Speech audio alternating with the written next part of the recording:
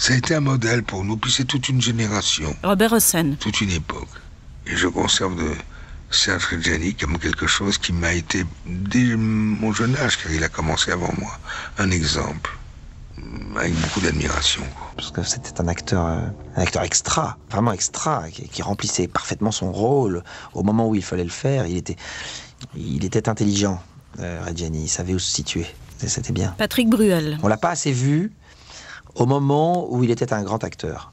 Parce que le grand acteur est arrivé sur le tard, je crois. Pour moi, son meilleur rôle, c'est le rôle de Paul dans Vincent, François, Paul et les autres, de Sautet. Où il est complètement à nu. C'est-à-dire qu'il a aucun artifice, il se protège pas. C'est un acteur qui atteint une telle maturité qu'on appelle après générosité ou tous les termes qu'on emploie pour parler des artistes. Mais c'est surtout qu'à un moment donné, un acteur qui se protège pas, c'est qu'il commence à atteindre un stade de maturité intéressant. Il a été un compagnon de route pour moi, pour ma maman, pour beaucoup de gens, beaucoup d'auditeurs et d'auditrices. Carole Laure. C'est un homme qui avait une très belle voix, c'est un homme qui était très bon acteur, c'est un homme qui était très gentil, mais très délicat. C'est ce visage, moi, qui me fascinait. Au cinéma, c'est un visage étrange et beau et triste. Puis un grand interprète, il s'approprie la chanson, puis ça, je pense qu'il a... On jurait, je sais pas s'il a écrit ses textes, mais on jurait qu'il les a écrits. Voilà, c'est ce que je veux dire. Gilles Vigneault. Et ses talents extraordinaires d'interprète, on rêve d'écrire des chansons pour une voix pareille. Georges Moustaki. Et c'est un peu lui qui m'a poussé quand je lui montrais des chansons qu'il ne pouvait pas chanter comme le Métèque. Il m'a dit, non, tu rigoles, je ne vais pas chanter ça, c'est toi qui dois le chanter. Et voilà comment il m'a poussé dans les rangs des chanteurs. Richard Galliano. Et en fait, c'est le premier chanteur que j'ai vraiment accompagné. Je crois que c'est l'artiste qui m'a le plus ému quand même, sur scène, quoi. La poésie qu'il y avait, et puis cette profondeur. Puis les chansons sont magnifiques. À la fois, Serge, c'était un peu comme les musiciens de jazz ou même les musiciens classiques qui jouent vraiment chaque soir d'une manière différente.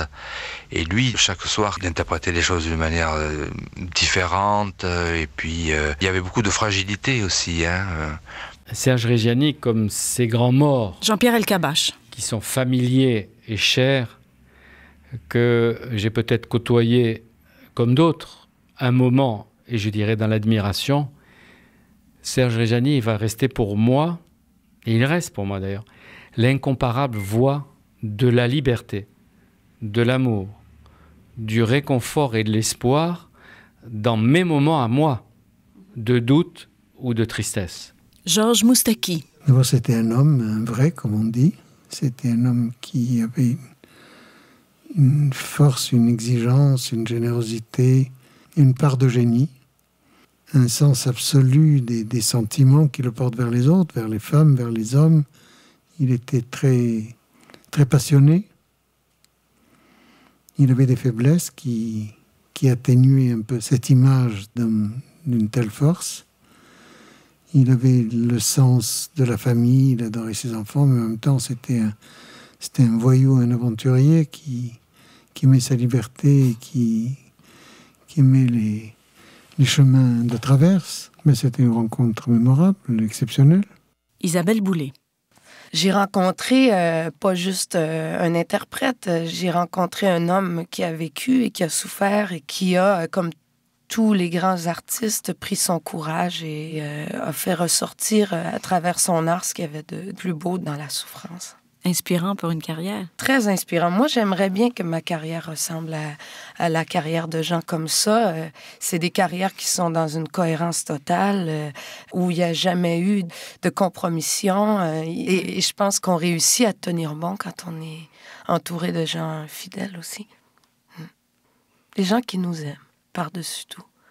Patrick Bruel. C'est un type émouvant qui, quand il chantait ses chansons ou quand il était le Paul de Vincent, François, Paul et les autres, ou quand il était le compagnon de Casque d'Or, toujours ce personnage un petit peu en demi-teinte, ce personnage toujours un petit peu derrière le héros.